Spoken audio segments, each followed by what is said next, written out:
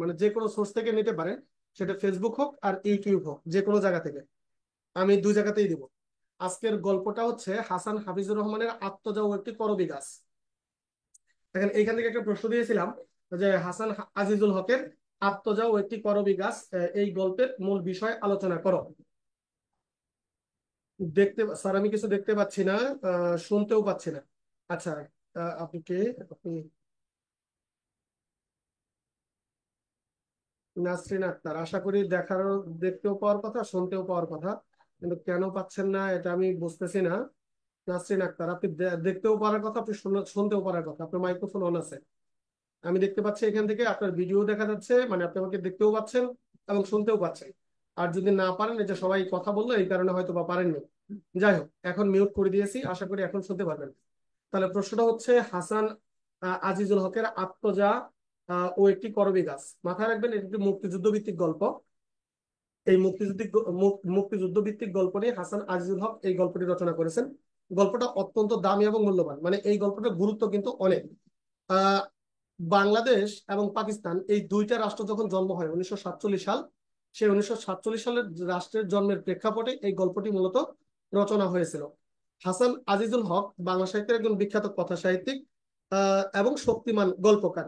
দ্বন্দ্ব সংঘাতের যে জীবন, এই জীবনের যে তীব্র অস্তিত্ব জিজ্ঞাসা এবং রূঢ় বাস্তবতার চাপে ছিন্ন ভিন্ন মানব সভ্যতা, সেই ছিন্ন ভিন্ন মানব সভ্যতাকে তিনি এই গল্পের মাধ্যমে উপস্থাপন করেছেন।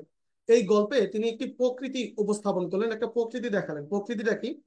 আত্মজা একটি করবী গাছ, এই গল্পে গল্পকার হাসান আজিজুল হক যে প্রকৃতি চিত্র অঙ্কন করেছেন তার দেশ বিভাগের ফলে মানুষের সঙ্গে তার জীবনের সঙ্গতি রক্ষা, মানুষ ও তার জীবন এদের সঙ্গে যে সঙ্গতি, সেই সঙ্গতিটা তিনি এই গল্পে অত্যন্ত চমৎকার ভাবে বিবরণ করেছেন। কেন করলেন? দেখেন গল্পে বৃদ্ধ অর্থাৎ রুকুর বাবা, এই গল্পে যে চরিত্র একজন বৃদ্ধ, সে হচ্ছে রুকু। এই রুকুর বাবা, তার যে অবস্থা, সেই অবস্থাটাই তিনি অত্যন্ত চমৎকার ভাষায় প্রথমে বিবরণ দেওয়া শুরু করলেন। গল্পের শুরুতেই তিনি একটা চমৎকার প্রকৃতির বিবরণ দেন, একটা ইঙ্গিত দিলেন প্রকৃতির। কি বললেন তিনি? তিনি বললেন ঠান্ডা নামছে, মানে শীতের সময় ঠান্ডা নামছেন, ঠান্ডা নামছে, হিম, চাঁদ ফুটে আছে নারকেল গাছের উপরে। হিম মানে হচ্ছে কি আপনারা জানেন ঠান্ডা। তো চাঁদ ফুটে আছে হচ্ছে নারকেল গাছের উপরে। অল্প বাতাসে একটা বড় কলা গাছের পাতা একবার বুক দেখায়, একবার পিঠ দেখায়। দেখেন এইটার মাধ্যমে বুড়ো কি বোঝাতে চাচ্ছেন?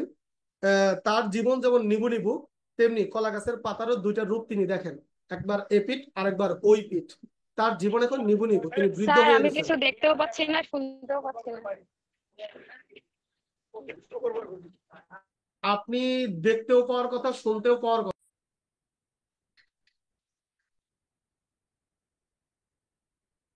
যার এখান থেকে সাউন্ড আসতেছে একটু দয়া করে মিউট করে দেন। বাংলাদেশের মুক্তিযুদ্ধের প্রেক্ষাপটে আরেকজন শক্তিশালী এবং শক্তিমান লেখকের নাম হচ্ছে আখতারুজ্জামান ইলিয়াস, যিনি উত্তরবঙ্গে জন্মগ্রহণ করেছিলেন এবং একজন শিক্ষা কর্মকর্তা, মানে হচ্ছেন উনি একজন শিক্ষক ছিলেন। আখতারুজ্জামান ইলিয়াস উনি চাকরি জীবনে ঢাকা কলেজ, জগন্নাথ কলেজে চাকরি করেছেন। উনি মুক্তিযুদ্ধের একজন শক্তিশালী লেখক, যার লেখার মাধ্যমে উনি মুক্তিযুদ্ধ ভিত্তিক অনেকগুলো গল্প এবং একটা উপন্যাস রচনা করেছিলেন। রেনকোট গল্পটা হচ্ছে ঠিক মুক্তিযুদ্ধের একটি প্রতীকী চরিত্র হিসেবে তিনি উপস্থাপন করলেন। এই গল্পের যে মূল চরিত্র তার নাম ছিল নুরুল হুদা। এই নুরুল হুদা ঢাকা কলেজের কেমিস্ট্রি বিভাগের শিক্ষক।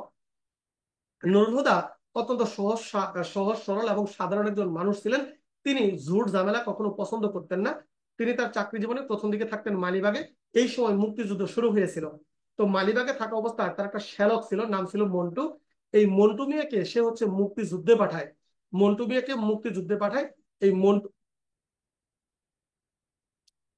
এমডি সোহাগ মিয়া দেখা যায় না কেন, যে দেখতে পারতেছেন না ভাই আমি নিজেও বুঝতেছি না, বাকিরা দেখতে পারতেছেন। একটু চেষ্টা করেন, একটু চেষ্টা করেন আপনার জুমটাকে ঘাটাঘাটি করার জন্য, তাইলে হয়তো বুঝতে পারেন। দেখেন আখতারুজ্জামান ইলিয়াসের মিন্টু, মিন্টু হচ্ছে মুক্তিযুদ্ধে যায়। তখন মিন্টু যখন মুক্তিযুদ্ধে যায় তখন বাড়িওয়ালা আবার ছিল রাজাকার। সে পাকিস্তানিদের হানাদার বাহিনীকে বা বিভিন্ন সময় মুক্তিযোদ্ধাদের খবর দিত, তাদের বাড়িঘর লুট করে সেই জিনিসপত্রগুলো নিয়ে আসতো। একদিন এই বাড়িওয়ালার বউ হঠাৎ করে খবর নিচ্ছিলেন যে ভাই আপনার শ্যালককে, মানে মন্টু মিয়াকে বা মিন্টু মিয়াকে দেখতে পাচ্ছি না, সে কোথায়? তখন তিনি চিন্তা করলেন না, তাহলে তো বাড়ি ছেড়ে দিতে হবে, কারণ অলরেডি সে খোঁজ খবর নেওয়া শুরু করেছে। তখন তিনি বাড়ি ছেড়ে দিয়ে মিরপুরে বাসা বাড়া নেয়। এই সময় ছিল বর্ষাকাল। এই বর্ষাকালে তিনি কলেজে যাবেন, রেডি হচ্ছে, এমন সময় বৃষ্টি নামছে। তো বৃষ্টি নামলে তখন গল্পটা শুরু করেন এইভাবে যে বৃষ্টিতেই তো জুত, মানে বর্ষাতেই জুত। এটা দ্বারা বোঝা যায় জুত মানে কি সুবিধা, এটা একটা আঞ্চলিক শব্দ। অর্থাৎ বর্ষা মাস হলে যারা মুক্তিযুদ্ধ করে, অর্থাৎ যারা গেরিলা পদ্ধতিতে যুদ্ধ করে, তাদের জন্য সুবিধা। কেন সুবিধা? কারণ পাকিস্তানি হানাদার বাহিনী বৃষ্টির মধ্যে বেরোবে না, তারা ঘুমাবে, আর বৃষ্টির মধ্যে গেরিলা পদ্ধতিতে তাদেরকে আক্রমণ করবে। তো এই গল্পে কলেজের জন্য 8টা আলমারি কেনার দায়িত্ব পড়ে নুরুল হুদার উপর। তখন এই নুরুল হুদাই আলমারিগুলো কিনে। এই সময় কয়েকজন ছেলে, মানে 8জন ছেলে, ওই বা কয়েক ঠিক 8জন না 4জন আমার মনে নেই, এই কয়েকজন ছেলে লুঙ্গি গামছা পরিহিত আহ ঠেলা গাড়ি নিয়ে এরা হচ্ছে কলেজে যায় আলমারিগুলো দিতে। এই কলেজে যখন আলমারিগুলো দিতে যায়, ঠিক সেই সময়ে, মানে ঠিক তার পরের দিনই ওই কলেজ গ্রাউন্ডে বোমা ফাটে। মানে বোমা ফেটে আপনার হচ্ছে ট্রান্সমিটার উড়িয়ে দেয়, তাদের প্লে গ্রাউন্ড নষ্ট করে দেয়, মুক্তিযুদ্ধ মানে পাকিস্তানি হানাদার বাহিনীর উপর আক্রমণ হয়। আর পরের দিন এই শনিবারে বৃষ্টি নেমেছে। নুরুল হুদা চিন্তা করলেন তাহলে তো আজকে কলেজে যেতে হবে না, তাহলে আজকে ঘুমাই। এমন সময় কলেজের পিয়ন, এই পিয়ন দৌড়ে আসে। মানে পিয়ন এসে তার ঘরের দরজায় খটখট করে আওয়াজ করে। এমন জোরে জোরে আওয়াজ করতেছিল, মনে হচ্ছিল কে যেন দরজা ফালি ফালি করে ফেলবে। তখন সে তার বউ আসমাকে ডাক দিয়ে বললেন যে এত তাড়াতাড়ি কে আসতো, ভাবছি বৃষ্টি আসছে, কলেজে যেতে হবে না, ঘরের দরজা দিয়ে শুয়ে পড়বো। তো সেই শোয়াটা তার হলো না। সে কি করে, দরজাটা খুলে খুলে দেখে পিয়ন। তখন পিয়ন এসে উর্দু ভাষায় কথা বলে, প্রিন্সিপাল আপকে তলব কিয়া, প্রিন্সিপাল আপনাকে তলব করেছে। মানে কেবলমাত্র উর্দুতে কথা বলে সে। আহ, আহ, যখন সে উর্দুতে কথা বলে, মানে উর্দুতে কথা বলা শুরু করেছে মাত্র কয়েকদিন হলো। কারণ সে দাবি করে তার মামার দুঃসম্পর্কের শালা শালার কি যেন লাগে, সে হচ্ছে পাকিস্তানের এক মানে জাবজেল গুসের মানে অফিসারের রান্না বান্না করে এরকম ব্যক্তি। সেই দিন থেকে সে উর্দুতে কথা বলে। আর প্রিন্সিপাল আপনাকে ডেকেছে, বললো কেন ডেকেছে? তখন বললেন যে মুক্তি বাহিনী গেট ট্যুর দিয়া, মানে মুক্তি বাহিনী গেটকে উড়িয়ে দিয়েছে। তখন নুরুল হুদার মনে ভয় ঢুকলো, সর্বনাশ, মুক্তি বাহিনী গেট তোড় দিয়েছে, মানে হচ্ছে সেখানে তো কলেজ গ্রাউন্ড, তারপর হচ্ছে লাইব্রেরি, পুকুর, মসজিদ, সেখানে তো পাকিস্তানি হানাদার বাহিনীরা থাকে, তাহলে তো নিশ্চিত তাদের ক্ষতি হয়েছে। আর এই জন্য বোধহয় প্রিন্সিপাল আমাকে ডেকেছে, কি আর করবে।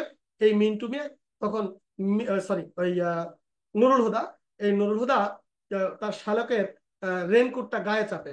এই রেনকোটটা তার ঠিক মতো লাগেও না, একেবারে বড় হয়, তার পায়ের পাতা পর্যন্ত ঢেকে যায়। আর এইটা দেখে তার ছোট্ট মেয়ে বলে, বাহ মামা, বাবাকে এখন মামার মামা মনে হচ্ছে, মানে মামার মতো দেখা